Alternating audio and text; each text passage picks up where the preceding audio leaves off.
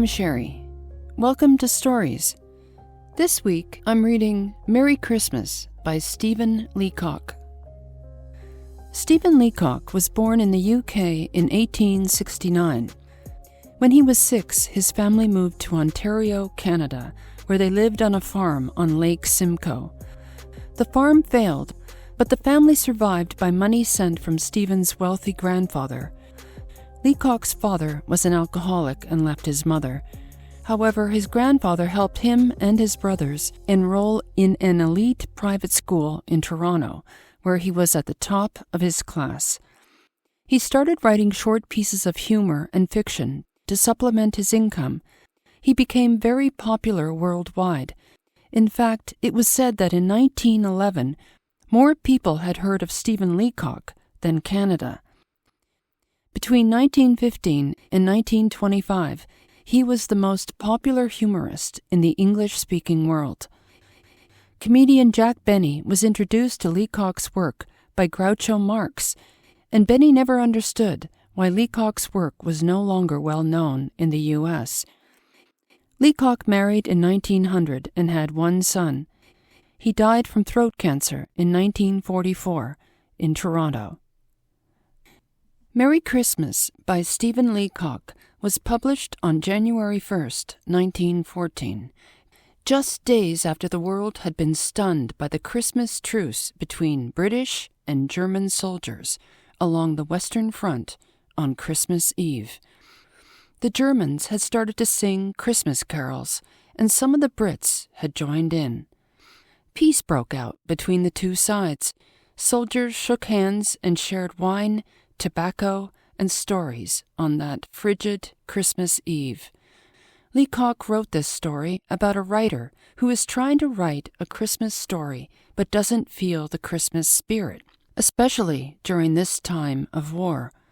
The war, even though just begun, had already taken its toll, especially on Santa Claus, who makes an appearance along with Father Time.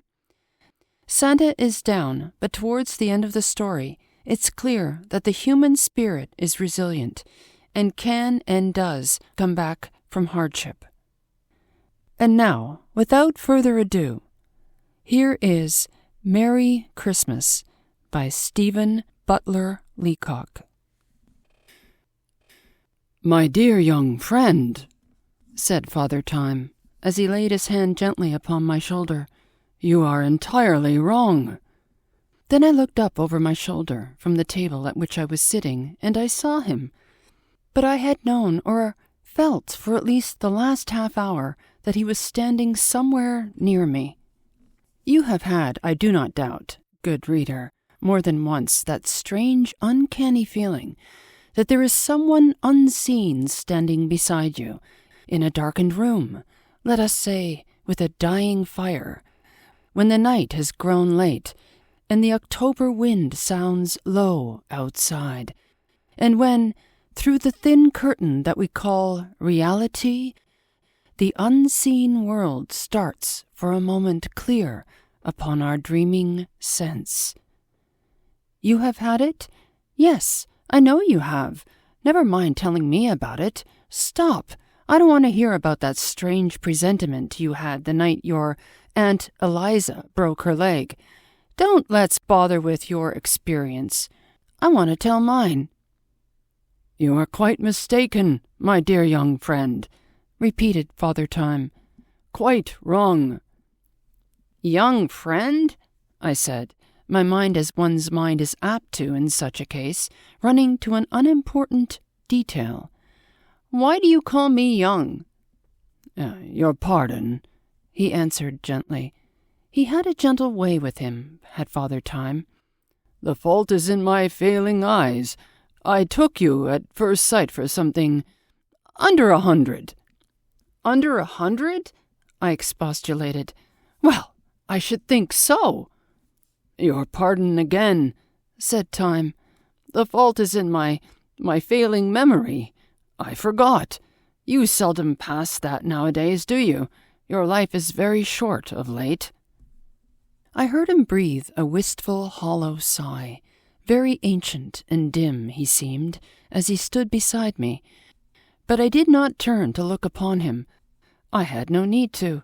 I knew his form in the inner and clearer sight of things, as well as every human being knows by innate instinct the unseen face and form of Father Time.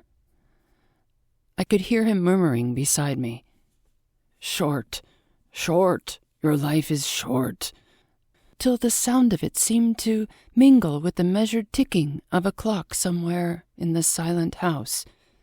Then I remembered what he had said. "How do you know that I'm wrong?" I asked. "And how can you tell what I was thinking?" "You said it out loud," answered Father Time. "But it wouldn't have mattered anyway. You said that Christmas was all played out and done with." "Yes," I admitted. "That's what I said." "And what makes you think that?" he questioned, stooping, so it seemed to me, still further over my shoulder. "Why," I answered, "the trouble is this. I've been sitting here for hours, sitting till goodness only knows how far into the night, trying to think out something to write for a Christmas story. And it won't go. It can't be done. Not in these awful days." "A Christmas story?" "Yes. You see, Father Time," I explained, glad with a foolish little vanity of my trade to be able to tell him something that I thought enlightening. "All the Christmas stuff, stories and jokes and pictures, is all done, you know, in October." I thought it would have surprised him, but I was mistaken. "Dear me," he said.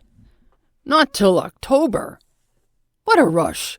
How well I remember in ancient Egypt, as I think you call it, seeing them getting out their Christmas things all cut in hieroglyphics, always 2 or 3 years ahead." "2 or 3 years?" I exclaimed. "Pooh," said Time. "That was nothing.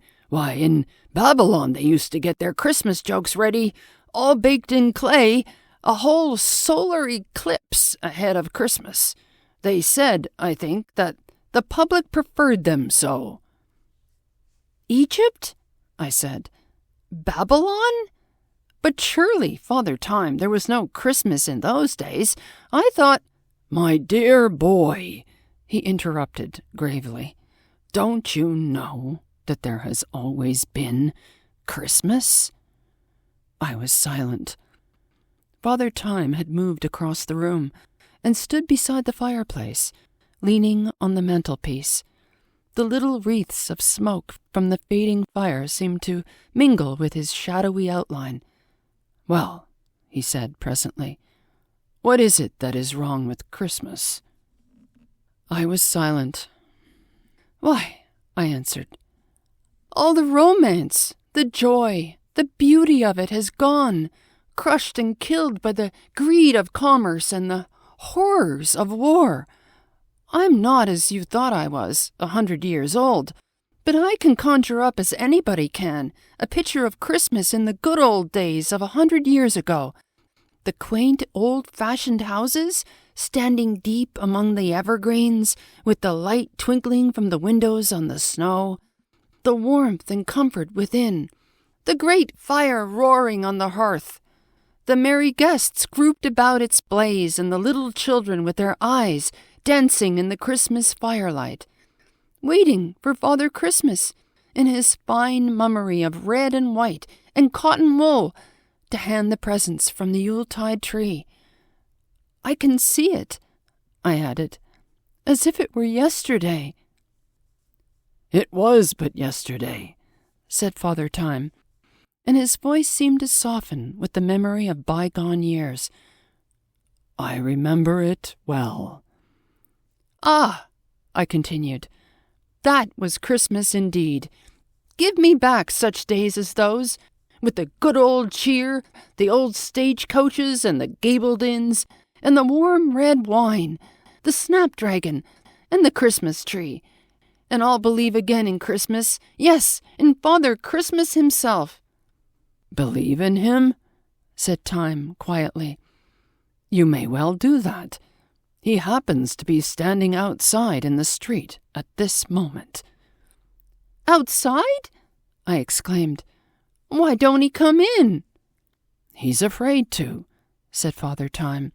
"He's frightened, and he dare not come in, unless you ask him. May I call him in?" I signified assent, and Father Time went to the window for a moment and beckoned into the darkened street. Then I heard footsteps, clumsy and hesitant they seemed, upon the stairs, and in a moment a figure stood framed in the doorway, the figure of Father Christmas. He stood shuffling his feet, a timid, apologetic look upon his face. How changed he was!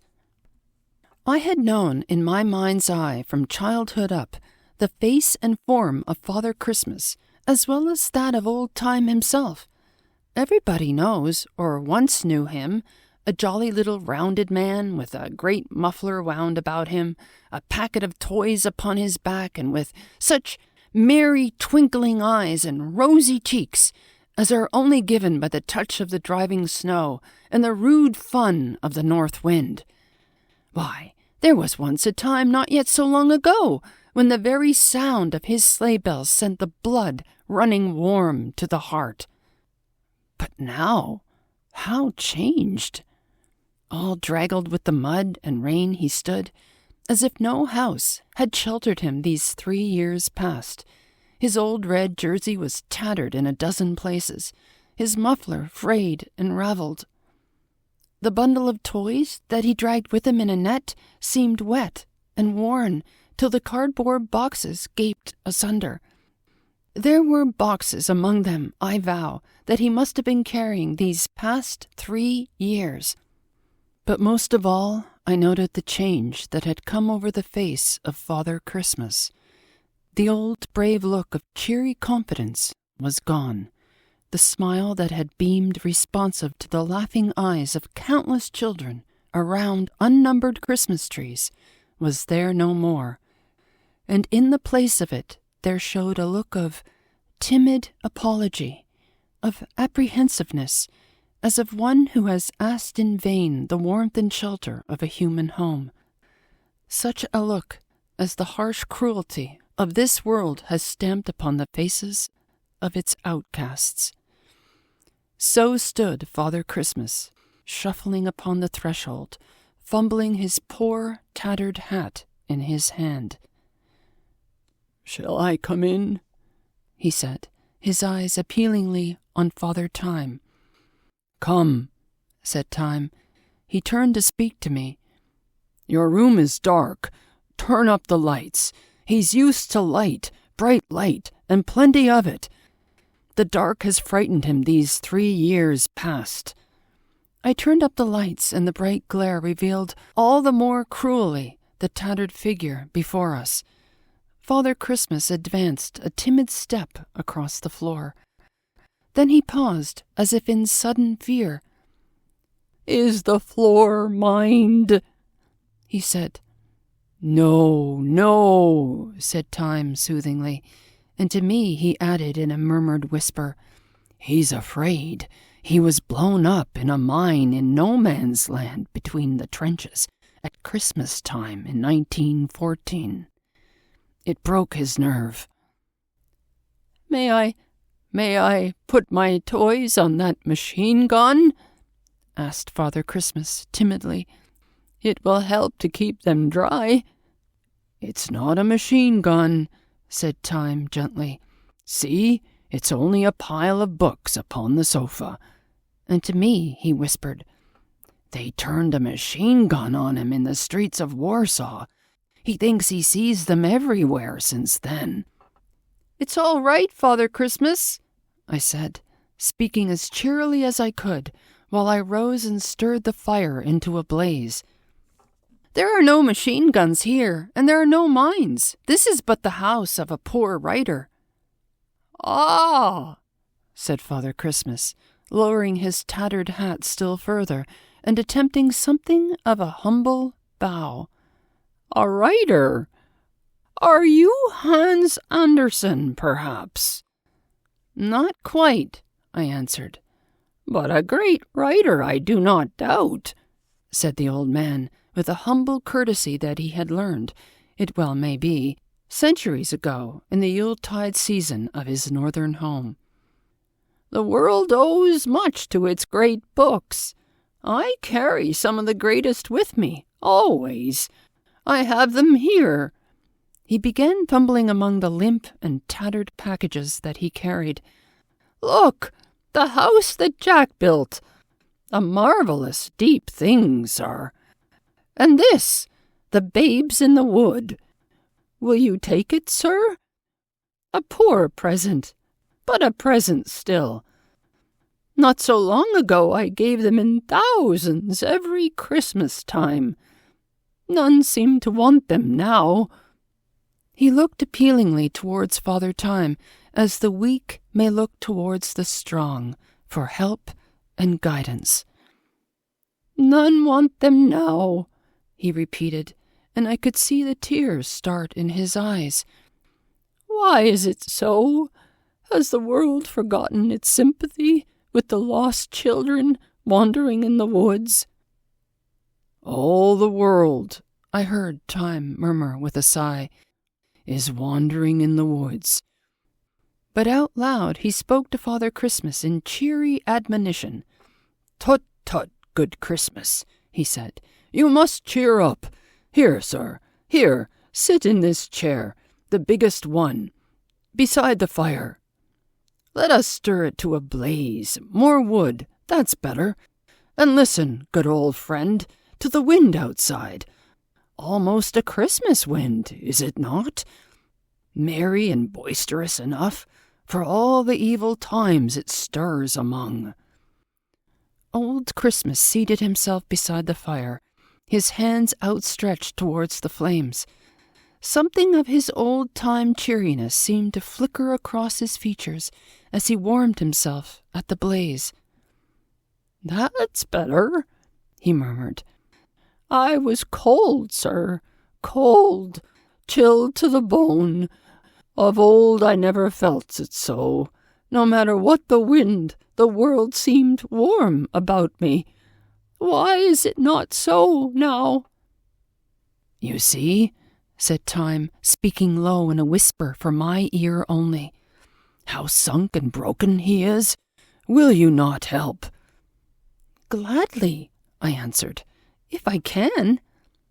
"All can," said Father Time. "Every one of us."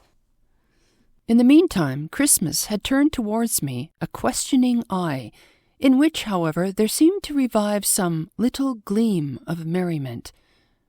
"Have you, perhaps," he asked timidly, "schnapps?" "Schnapps?" I repeated. "Aye, schnapps. A glass of it to drink to your health might warm my heart again, I think." "Ah," I said, "something to drink." "His one failing," whispered Time. "If it is one, forgive him. He was used to it for centuries. Give it to him if you have it." "I keep a little in the house," I said reluctantly, perhaps, "in case of illness." "Tut, tut," said Father Time, as something as near as could be to a smile passed over his shadowy face. "In case of illness! They used to say that in ancient Babylon. Here, let me pour it for him. Drink, Father Christmas, drink." Marvelous it was to see the old man smack his lips as he drank his glass of liquor neat after the fashion of old Norway. Marvelous, too, to see the way in which, with the warmth of the fire and the generous glow of the spirits, his face changed and brightened till the old-time cheerfulness beamed again upon it. He looked about him, as it were, with a new and growing interest. "A pleasant room," he said. "And what better, sir, than the wind without and a brave fire within?" Then his eye fell upon the mantelpiece, where lay among the litter of books and pipes a little toy horse. "Ah!" said Father Christmas, almost merrily. "Children in the house?" "One," I answered, The sweetest boy in all the world." "I'll be bound he is," said Father Christmas, and he broke now into a merry laugh that did one's heart good to hear. "They all are, Lord bless me! The number that I have seen, and each and every one, and quite right, too. The sweetest child in all the world. And how old do you say? 2.5, all but 2 months except a week? The very sweetest age of all." And the old man broke again into such a jolly chuckling of laughter that his snow-white locks shook upon his head. "But stop a bit," he added. "This horse is broken. Tut, tut, a hind leg nearly off. This won't do." He had the toy in his lap in a moment, mending it. It was wonderful to see, for all his age, how deft his fingers were.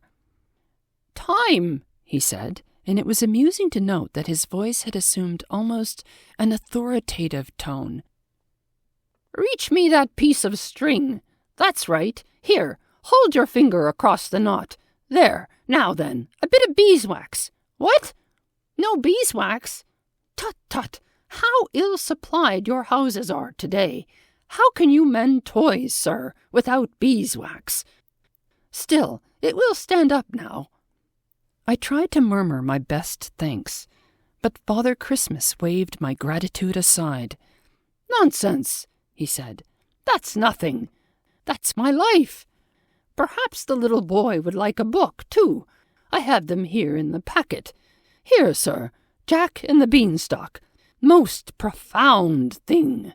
I read it to myself often still. How damp it is!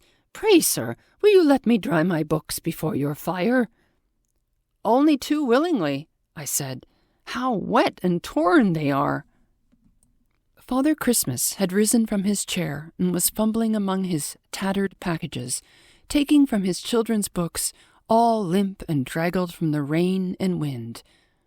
"All wet and torn," he murmured, and his voice sank again into sadness. "I have carried them these 3 years past.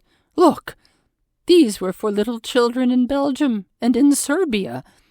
Can I get them to them, do you think?" Time gently shook his head. "But maybe," said Father Christmas, "if I dry and mend them, look, some of them were inscribed already. This one, you see, was written, 'With Father's love.' Why has it never come to him? Is it rain or tears upon the page?" He stood bowed over his little books, his hands trembling as he turned the pages. Then he looked up, the old fear upon his face again. "That sound," he said. "Listen, it is guns. I hear them." "No, no," I said. "It's nothing, only a car passing in the street below." "Listen," he said. "Hear that again. Voices crying." "No, no," I answered. "Not voices, only the night wind among the trees." "My children's voices!" he exclaimed. "I hear them everywhere. They come to me in every wind, and I see them as I wander in the night and storm.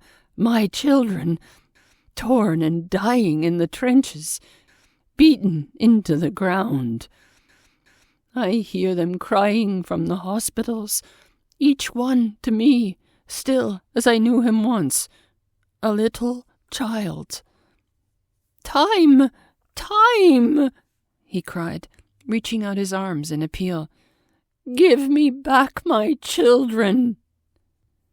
They do not die in vain, Time murmured gently, but Christmas only moaned in answer. Give me back my children. Then he sank down upon his pile of books and toys, his head buried in his arms. You see, said Time, his heart is breaking, and will you not help him if you can? Only too gladly, I replied. But what is there to do? This, said Father Time. Listen.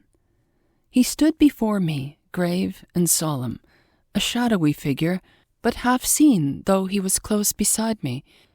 The firelight had died down, and through the curtained windows there came already the first dim brightening of dawn. "The world that once you knew," said Father Time, "seems broken and destroyed about you. You must not let them know. The children, the cruelty and the horror and the hate that racks the world today. Keep it from them. Some day he will know." Here Time pointed to the prostrate form of Father Christmas. "That his children, that once were, have not died in vain, that from their sacrifice shall come a nobler, better world for all to live in, a world where countless happy children shall hold bright their memory forever. But for the children of today, save and spare them all you can from the evil hate and horror of the war. Later they will know and understand. Not yet. Give them back their Merry Christmas and its kind thoughts and its Christmas charity, till later on there shall be with it again peace upon earth and goodwill towards men." His voice ceased. It seemed to vanish, as it were, in the sighing of the wind. I looked up. Father Time and Christmas had vanished from the room. The fire was low, and the day was breaking visibly outside. "Let us begin," I murmured. "I will mend this broken horse."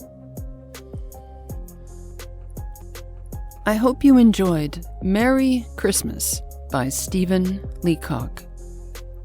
May you always find a good book to read, and may all your stories end well. Thank you for listening.